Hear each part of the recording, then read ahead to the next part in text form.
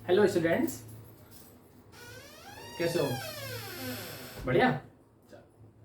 आज की क्लास में हम लोग पढ़ेंगे magnetism, mean magnetic effect of current. Magnetic effect of current बढ़िया टॉपिक है। केवल बेसिक आज डिस्कस होगा, इससे ज्यादा हम लोग इस पर डिस्कस नहीं करने वाले हैं। 10th की बातें अगर मैं देखूं तो सेम क्लास 10th में चैप्टर हमने पढ़ा था magnetic effect of current, magnet, magnetic field, न जाने क्या क्या, वहां पे भी तुम लोग डिस्कस करते हुए आए हो। एक एक चीज वहां पे डिस्कस की थी। सेम हमें यहाँ पे भी डिस्कस करना है। तो आज की क्लास में हम केवल मैग्नेटिक फील्ड कवर करेंगे, ऑरस्टेड एक्सपेरिमेंट कवर करेंगे, बायो-सेवर्ट्स लॉ तक जाएंगे और बेसिक समझेंगे कि होता क्या है। ठीक है, तो सबसे पहले डिस्कस करते हैं मैग्नेटिक फील्ड किसे कहते हैं। डायरेक्ट बात करता हूं मैं, बिना कुछ लिखे पढ़े।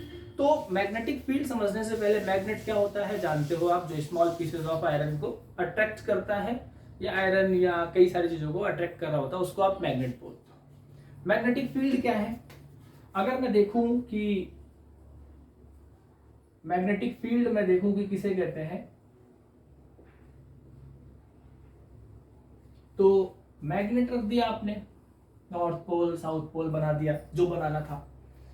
यहां पे आयरन का टुकड़ा रखा, इसने छपाक अट्रैक्ट कर लिया, बिल्कुल थोड़ा सा डिस्टेंस लिया, अट्रैक्ट किया, लेकिन अट्रैक्शन पावर इससे कम रही होगी। मीन अगर उस आयरन के पीस को इससे थोड़ा थोड़ा दूर करते जा रहे हो तो ये क्या करता है? अट्रैक्शन पावर कम करता चला जाता है। तो मैग्नेट के चारों ओर का ऐसा एरिया जहां तक वो किसी भी स्मॉल आयरन को या आयरन पीस को अट्रैक्ट कर सकता है, उसको आप मैग्नेटिक फील्ड कहते हो। प्रॉपर बेसिक डेफिनेशन थी 9th की। दूसरी बात, आपने कंपास सुना है? Needle, magnetic needle. अब मैं कहूं यार मैग्नेटिक नीडल किसे कहते हैं, तो जो नॉर्थ और साउथ दो लाइन दिखाती रहती है, तो मैग्नेट के चारों ओर का वो एरिया जहां तक उस कंपास में डिफ्लेक्शन होता है, डिफ्लेक्शन मतलब टॉर्क एक्सपीरियंस करती है, तो आप उसको भी मैग्नेटिक फील्ड कहते हो। Mean the space around the magnet in which क्या करता है वो? Magnetic needle experiences a torque. Magnet के चारों ओर का ऐसा एरिया जहां तक मैग्नेटिक नीडल टॉर्क एक्सपीरियंस करती है, उसको आप मैग्नेटिक फील्ड कहते हो। It is a vector quantity, field है, अच्छी तरीके से जानते हो इसकी डायरेक्शन होती है। फील्ड को रिप्रेजेंट कैसे करें? मैग्नेटिक फील्ड को रिप्रेजेंट दो तरीके से करते हैं, एक क्रॉस और एक डॉट। अगर फील्ड लाइंस इनवर्ट जा रही है तो आप क्रॉस बनाओगे। ये देखो, अगर इस तरीके से कहीं पे भी फील्ड लाइंस बनी हुई हैं तो इसका मतलब है कि जो आपकी फील्ड है वो क्या है? इनवर्ड है। ये आपको समझना है, ये रटने वाली बात। क्रॉस बन रखा है, फील्ड आपकी इनवर्ड है। अगर कहीं डॉट बना हुआ है तो डॉट बनने का मतलब है कि आपकी जो फील्ड है वो आउटवर्ड दिख रही है। मीन अगर बाहर की तरफ तीर निकल रहे हैं, पेपर के बाहर की तरफ, तो आप डॉट से दिखाओगे। अंदर की तरफ तीर निकल रहे हैं, जा रहे हैं, पेपर के इनवर्ट फील्ड जा रही है, तो आप क्या दिखाओगे? क्रॉस दिखाओगे। क्रॉस कब बनाया आपने? जब फील्ड इनवर्ड है। डॉट कब बनाया आपने? जब फील्ड आउटवर्ड है। ठीक, इसको बी से रिप्रेजेंट करते हैं। और यहां पे केवल समझ लो अभी कि इसकी यूनिट टेस्ला होती है, क्योंकि मैं कई सारे फॉर्मूले डिराइव कराऊंगा, तब मैग्नेटिक फील्ड की यूनिट निकालूंगा, तो एक एक चीज आप वहां पे समझते रहे। फिलहाल आपने मैग्नेटिक फील्ड समझ लिया क्या होती है, रिप्रेजेंट डॉट और क्रॉस समझ लिए। डॉट कब बनाया? जब बाहर की तरफ गए। क्रॉस कब बनाया? जब फील्ड आपकी पेपर के इनवर्ड आ गई। टेस्ला इसकी यूनिट पढ़ ली थोड़ी देर के लिए, बाकी मैं इसकी और भी चीजें बताऊंगा। ठीक, किसी भी चीज को पढ़ने से पहले हमें, क्योंकि मैग्नेटिक इफेक्ट ऑफ करंट पढ़नी है, तो इसको बताया था हमारे एक महान साइंटिस्ट रहे ऑरस्टेड ने। तो हम ऑरस्टेड एक्सपेरिमेंट पढ़ते हैं। बढ़िया आदमी था ऑरस्टेड, मस्त। ये अगर ये ना बताते तो तुम लोग भी कर लेते। एक काम करो, मैं इनके केसेस डिस्कस करता हूं। केस 1 डिस्कस करता हूं। एक वायर लिया, बैटरी ली, एक की लगाया और कंपास लगा दिया। ठीक, केस 2 डिस्कस करता हूं। सेम एक वायर लिया, इसको कह दो ए बी, ये केस 2 है, ये ए बी। एक बैटरी लगाया कि अब तुम सोच रहे होगे सर ने अभी तक तो कुछ किया ही नहीं, यहां पे एक कंपास लगा दिया, ठीक है। तीसरी बात हमने ये करी, यहां पे भी एक वायर लिया ए बी, इस बार बैटरी की पोलैरिटी चेंज कर दी, एक की लगा दिया और एक कंपास लगा दिया। अब हुआ क्या, यहां पे डिस्कस करते हैं। सबसे पहली बात, मेटेलिक वायर ए बी था, ये कंपास नीडल थी, यहां पे आपकी सेल लगा हुआ है आपका, आपने स्विच ऑन नहीं किया, की ऑन नहीं किया। जब मैंने की ऑन नहीं किया तो देखा इस नीडल में कोई भी डिफ्लेक्शन नहीं हो रहा। कोई भी डिफ्लेक्शन ना होने का मतलब क्या था कि इस वायर के अराउंड मैग्नेटिक फील्ड प्रोड्यूस नहीं हो रहा। दूसरी बात पे आओ, जैसे ही मैंने स्विच ऑन की को ऑन करते ही मैंने देखा मैग्नेटिक नीडल बिल्कुल घूमने लग गई, ये एकदम ऐसे ऐसे। जब ये मैग्नेटिक नीडल घूमना शुरू हो गई तो मैग्नेटिक नीडल के घूमने का मतलब क्या था कि वायर के अराउंड क्या प्रोड्यूस होने लगा, मैग्नेटिक फील्ड। और कुछ अभी डिस्कस नहीं कर रहा, अभी केवल एक बात समझो, स्विच आपने ऑन नहीं की थी, नीडल ने डिफ्लेक्शन नहीं दिया, मैंने कहा मैग्नेटिक फील्ड प्रोड्यूस नहीं हुआ। यहां पे की ऑन करी, मैग्नेटिक नीडल ने डिफ्लेक्शन दिया, मतलब वायर के अराउंड मैग्नेटिक फील्ड प्रोड्यूस हो गया। तीसरे केस को भी साथ के साथ डिस्कस करते हैं। जैसे इसकी की ऑन करी, इसमें नीडल की डायरेक्शन चेंज हो गई। क्यों? क्योंकि आपने बैटरी की पोलैरिटी चेंज कर दी। अच्छा ठीक है भाई, तीनों केसेस सर डिस्कस कर लिए, तो क्या करा, कर लिया डिस्कस, खत्म। आगे इसमें क्या हुआ होगा, वायर में करंट कैरी नहीं कर रहा था, मैग्नेटिक फील्ड प्रोड्यूस नहीं हुआ, करंट फ्लो हो रहा था, मैग्नेटिक फील्ड प्रोड्यूस होगा। अरे बन गई स्टेटमेंट, क्या, current carrying conductor produces magnetic field around it. रटो, जैसे आपने स्विच ऑन किया, मैग्नेटिक नीडल ने डिफ्लेक्शन देना शुरू कर दिया। मैग्नेटिक नीडल के डिफ्लेक्शन का मतलब था कि इस वायर के अराउंड मैग्नेटिक फील्ड प्रोड्यूस हो गया। वो भी कब, जब इसमें करंट आया। बात को समझ लेना, हिंदी में लिख चाहे जिस लैंग्वेज में लेना। जैसे ही वायर में करंट फ्लो हुआ, मैग्नेटिक नीडल ने डिफ्लेक्शन दिया, इसका मतलब यह हुआ कि इस वायर में क्या हो गया बेटा, इसके अराउंड मैग्नेटिक फील्ड प्रोड्यूस हो गया। तो यही तो अर्स्टेड एक्सपेरिमेंट था। क्या था कि current carrying conductor produces magnetic field around it. यही स्टेटमेंट है अर्स्टेड एक्सपेरिमेंट की। तीसरी बात मैंने डिस्कस करने की कोशिश करी, बैटरी की पोलैरिटी चेंज करी, करंट की डायरेक्शन चेंज हो गई, जिसकी वजह से फील्ड की डायरेक्शन चेंज हो गई। खत्म काम।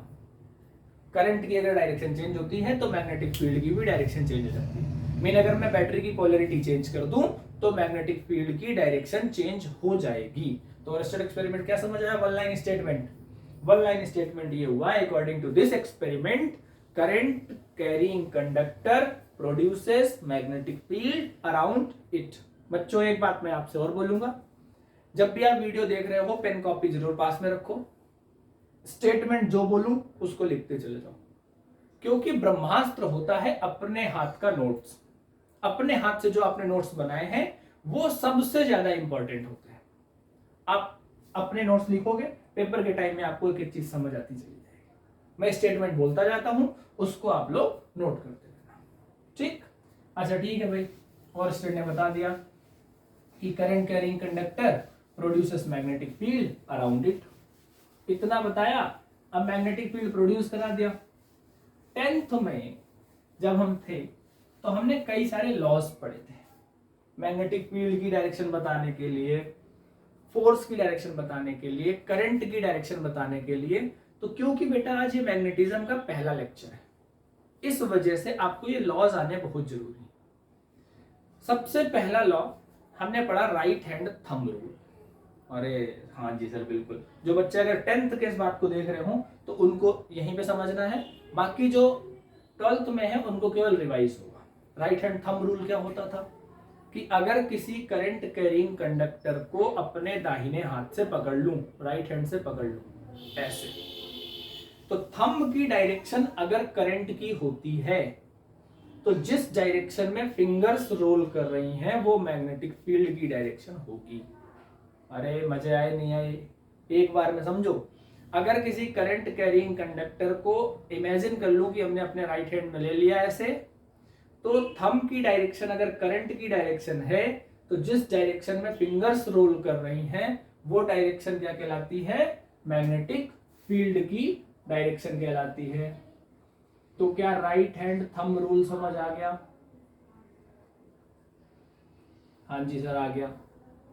ये अगर करंट की डायरेक्शन है तो ये देखो फिंगर्स रोल करेंगे ऐसे ऐसे, तो ये आपकी फील्ड की डायरेक्शन बन जाती है। इससे ज्यादा मैं नहीं बनाऊंगा। पहली बात, राइट हैंड थंब रूल समझ आ गया। दोबारा समझो, अगर राइट हैंड थंब से मतलब राइट हैंड से किसी करंट कैरिंग कंडक्टर को ऐसे इमेजिन कर लिया जाए तो थंब की डायरेक्शन अगर करंट की डायरेक्शन है तो जिस डायरेक्शन में फिंगर्स रोल कर रही हैं ऐसे कर्ल हो रही हैं, कर्लिंग डायरेक्शन क्या कहलाती है? करंट मैग्नेटिक फील्ड की डायरेक्शन होती है। अच्छा, एक हमने पढ़ा था फ्लेमिंग्स, यहां पे मैं सारे रूल्स खत्म कर दूंगा। लेफ्ट हैंड रूल, हाँ जी सर याद आया। फ्लेमिंग्स लेफ्ट हैंड रूल क्या था भाई बताओ? फ्लेमिंग लेफ्ट हैंड रूल ये कहता था कि अगर अपने लेफ्ट हैंड के thumb, four finger, centre finger को इस तरीके से स्ट्रेच करे कि तीनों एक दूसरे के म्यूचुअली परपेंडिकुलर हो जाए। ये देखो, thumb, four finger, centre finger इस तरीके से फैलाई जाए कि तीनों एक दूसरे के म्यूचुअली परपेंडिकुलर हो जाए, तो अगर सेंटर फिंगर करंट की डायरेक्शन दे, फोर फिंगर मैग्नेटिक फील्ड की डायरेक्शन दे, तो थंब किसकी डायरेक्शन रिप्रेजेंट करता था? फोर्स की डायरेक्शन रिप्रेजेंट करता है। बिल्कुल सही बात। अगर इनको मैं एक्सिस के हिसाब से मान लूं, ये सपोज करो मैंने एक्सिस मान ली, ऐसे बना दूं पूरा ये चीज ऐसे, तो ये आपकी अगर मैं कह दूं ये फोर फिंगर है, फर्स्ट फिंगर भी कह सकते हो इसको आप थंब कह लो, और ये अगर सेकंड फिंगर है तो बताओ क्या क्या बना? फोर फिंगर क्या देती है? करंट। फोर फिंगर क्या देती थी? Magnetic field. गलत लिखा मैंने यहाँ पे, फोर फिंगर आपको मैग्नेटिक फील्ड देती है, सेकंड फिंगर क्या देती है? करंट देती है, और थंब क्या देता है? फोर्स देता है। ये आपने फ्लेमिंग्स लेफ्ट हैंड रूल पढ़ा। फ्लेमिंग लेफ्ट हैंड रूल क्या कहता है? फोर फिंगर, थंब और सेंटर फिंगर को इस तरीके से फैलाओ कि तीनों एक दूसरे के म्यूचुअली परपेंडिकुलर हो जाएं, तो अगर ये करंट, ये मैग्नेटिक फील्ड, ये फोर्स। भाई बहुत सही बात है, ये तुम पढ़ के आया। FBI बच्चों ने एक शॉर्ट फॉर्म में रटा भी था, फादर मदर चाइल्ड भी पढ़ा था हमने, है ना? तो वो चीजें हमने पढ़ रखे हैं। फादर मतलब फोर्स, मदर मतलब मैग्नेटिक फील्ड, चाइल्ड मतलब करंट। फादर मदर चाइल्ड भी पढ़ा था, वो कई सारे इसके शॉर्ट ट्रिक्स थे। एक आप लोगों को बताऊंगा, एक आता है बेटा right hand palm rule. Right hand palm rule क्या होता है?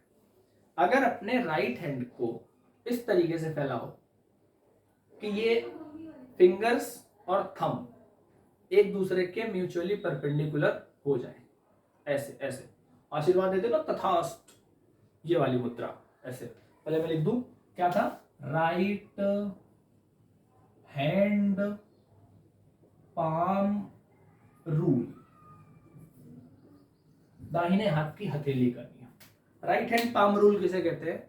कि अगर थंब और फिंगर्स को मैंने फैलाया तो होता क्या है, ये अगर थंब करंट की डायरेक्शन, फिंगर्स मैग्नेटिक फील्ड की डायरेक्शन, तो पुशिंग डायरेक्शन ऑफ पाम, जो पुशिंग डायरेक्शन है पाम की, वो क्या रिप्रेजेंट करेगी? फोर्स को रिप्रेजेंट करेगी। सर ये तो कुछ जाना पहचाना लग रहा है, सिर्फ दो तो जाने पहचाने हैं, तीसरा आपने फोर्स लगा दिया। कहीं मत जाओ, वो एक गाना आया था ना, अखियों से गोली मारे, उसका एक स्टेप था ऐसे वाला, यही स्टेप बनाओ। ये क्या? ये Fleming left hand rule, FBI।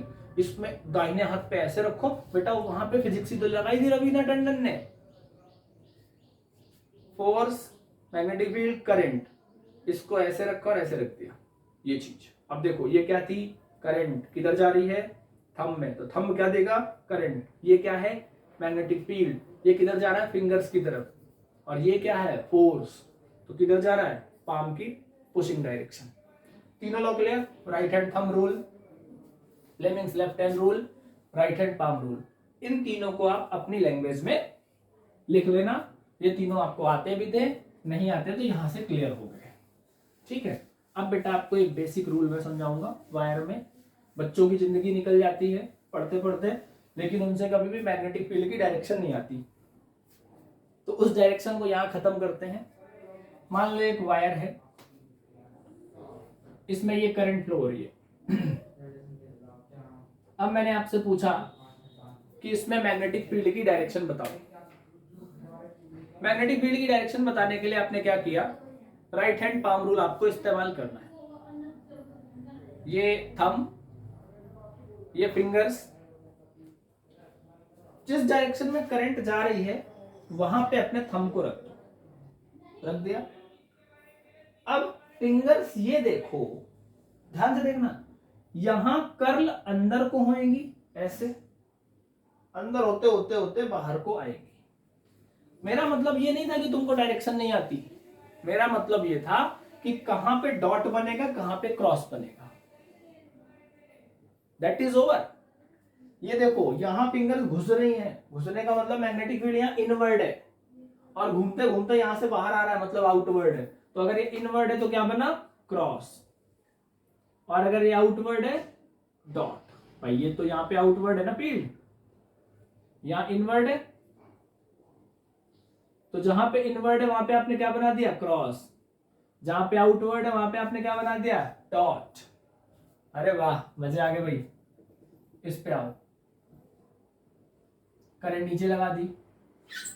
Sir जी कौन सा नया काम कर दिया करंट नीचे लगा के, हम भी तो अपना अंगूठा नीचे कर लेंगे। अब ये देखो यहां बाहर, और घुसते घुसते इधर अंदर जाएगी।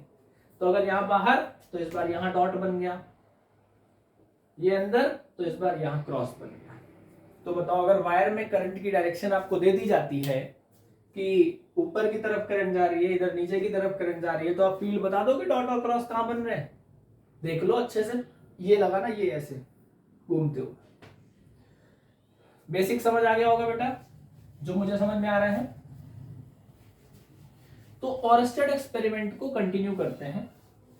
ऑरस्टेड एक्सपेरिमेंट ने आपको क्या बताया कि current carrying conductor produces magnetic field around it, इतना बताया। और ऑरस्टेड भैया चलते बने, मतलब इसके आगे उन्होंने नहीं बताया, नहीं बताया। ठीक है, हमारे मन में एक जिज्ञासा आई, क्या कि यार current carrying conductor magnetic field produce तो करता है, लेकिन कितना करता है इसे कौन बताएगा। तो बायो और सेवर्ट दो साइंटिस्ट आए, उन्होंने ये डिस्कस किया, ये खोजा कि यार अगर वायर में करंट फ्लो करा दे तो मैग्नेटिक फील्ड प्रोड्यूस होता है, ये तो ऑरस्टेड ने बता दिया था। तो बायो सेवर्ट ने ये देखा कि कितना होता है, वो इन्होंने बताया। तो ऑरस्टेड एक्सपेरिमेंट को ही कंटिन्यू करते हुए हमने मान लिया कि ये एक वायर है जिसमें आई करंट फ्लो करा रहे हो आप। आई फ्लो करा रहे हो तो बिना कुछ पूछे मैं कह दूंगा इधर क्रॉस बनेगा, इधर डॉट बनेगा। डॉट और क्रॉस बना तो ये तो बाद की बात है, उससे पहले तो ये पता होना चाहिए मैग्नेटिक फील्ड प्रोड्यूस होता है। बिल्कुल होता है, वायर में आपने करंट फ्लो कराई, मैग्नेटिक फील्ड प्रोड्यूस हो गया।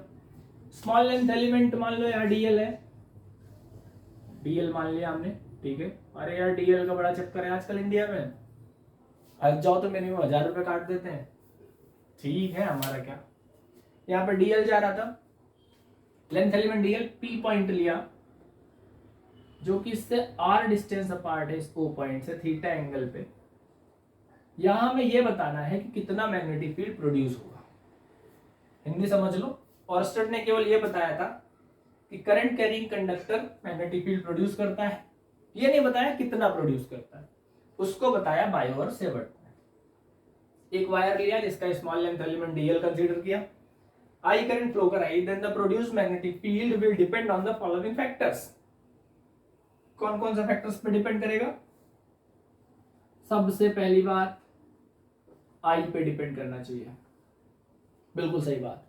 ज्यादा करंट फ्लो कराओगे तो ज्यादा मैग्नेटिक फील्ड प्रोड्यूस होगा, कम करंट फ्लो कराओगे तो कम मैग्नेटिक फील्ड प्रोड्यूस होगा।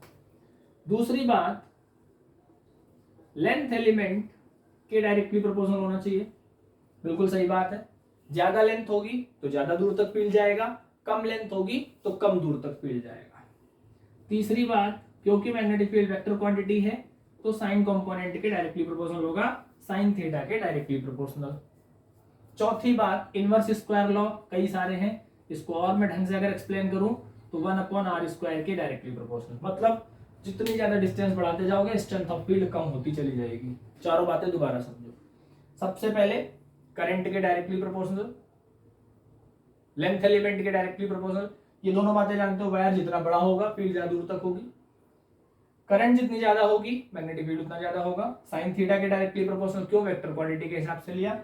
1/r² के डायरेक्टली प्रोपोर्शनल क्योंकि जितनी ज्यादा डिस्टेंस इससे बढ़ेगी फील्ड की स्ट्रेंथ उतनी कम होती चली जाएगी। तो from first, second, third and fourth dB proportional हमारे पास क्या आएगा? आई dl sine theta upon r²। तो dB इज इक्वल टू, यहां पे कांस्टेंट लगता है μ0/4π। ये कांस्टेंट है, प्रोपोर्शनलिटी के साइन हटाते हो k लगाते हो, तुम चाहो तो शुरुआत में k लगा के बाद में उसको रिप्लेस कर सकते हो। तो मैंने डायरेक्ट लिख दिया μ0/4π I dl sine theta upon r²। ये बायो सेवर्ट लॉ का बेसिक फार्मूला होता है। आज के बाद आपसे अगर कोई पूछता है बायो सेवर्ट लॉ बताओ तो डायरेक्ट बता दोगे dB इक्वल या B equal μ0/4π I dl sine theta upon r², where μ0/4π क्या है बेटा? कांस्टेंट। ठीक, μ0/4π कांस्टेंट है। μ0 को क्या बोलते हैं? Magnetic permeability in free space. ये मैग्नेटिक परमिएबिलिटी होती है फ्री स्पेस की, और इसकी वैल्यू कितनी होती है? 4π × 10⁻⁷। अगर मैं यहां से यूनिट निकालूं तो tesla into metre square upon ampere into metre, तो tesla into metre upon ampere. ये μ0 की टर्म है। समझ आ गया आपको? r² ऊपर जाएगा, tesla into metre square upon ampere into metre, एक से कट गया तो tesla into metre upon ampere आ गया। बिल्कुल बेसिक बायो सेवर्ट लॉ हमने यूज किया है। ये एक बेसिक स्टेटमेंट है बायो सेवर्ट्स लॉ की। ठीक है बेटा, अगर इसको मैं वेक्टर फॉर्म में कन्वर्ट करने के लिए जाऊं तो इन वेक्टर फॉर्म, क्योंकि अभी थोड़ी जगह बच रही थी, तो वेक्टर फॉर्म में अगर मैं लेके जाता हूं तो dB इक्वल आपके पास ये गिवन है μ0/4π I dl sine theta upon r²। एक काम करो, r से मल्टीप्लाई कर दो, r से डिवाइड कर दो, कुछ नहीं किया जाता, r से मल्टीप्लाई r से डिवाइड। अब इसको देखो, इसको ab sine theta 11th class cross product, ab sine theta क्या होता है? a cross b। तो हमारे पास gb वेक्टर क्या आ गया? μ0/4π I dl cross r upon r³। ये आप वेक्टर फॉर्म में बायो सेवर्ट्स लॉ को दिखा सकते हैं। ठीक है, तो बायो सेवर्ट लॉ एक बार दोबारा से रिकैप करते हैं। कोई वायर लिया, आई करंट फ्लो कराई, तो इसमें जो प्रोड्यूस्ड मैग्नेटिक फील्ड होगा, जो कि मुझे ऑर्स्टेड ने बताया था, कई बातों पर डिपेंड करेगा। करंट के डायरेक्टली प्रोपोर्शनल, लेंथ एलिमेंट के डायरेक्टली प्रोपोर्शनल, साइन थीटा के डायरेक्टली प्रोपोर्शनल, 1/r² या r² के इनवर्सली प्रोपोर्शनल। तो dB proportional I dl sine theta upon r², dB equal μ0/4π I dl sine theta upon r²। μ0/4π constant है, μ0 को आप क्या बोलते हो? Magnetic permeability in free space. इसकी वैल्यू 4π × 10⁻⁷ होती है। वेक्टर फॉर्म में आपने बायो सेवर्ट लॉ ये कंप्लीट किया। ठीक है, ओके बेटा, आज की क्लास में मैंने कहा था बायो सेवर्ट लॉ तक। आज का बेसिक मैग्नेटिज्म हमने बायो सेवर्ट लॉ तक कंप्लीट किया। थैंक यू, इसको आप लोग नोट कर लो।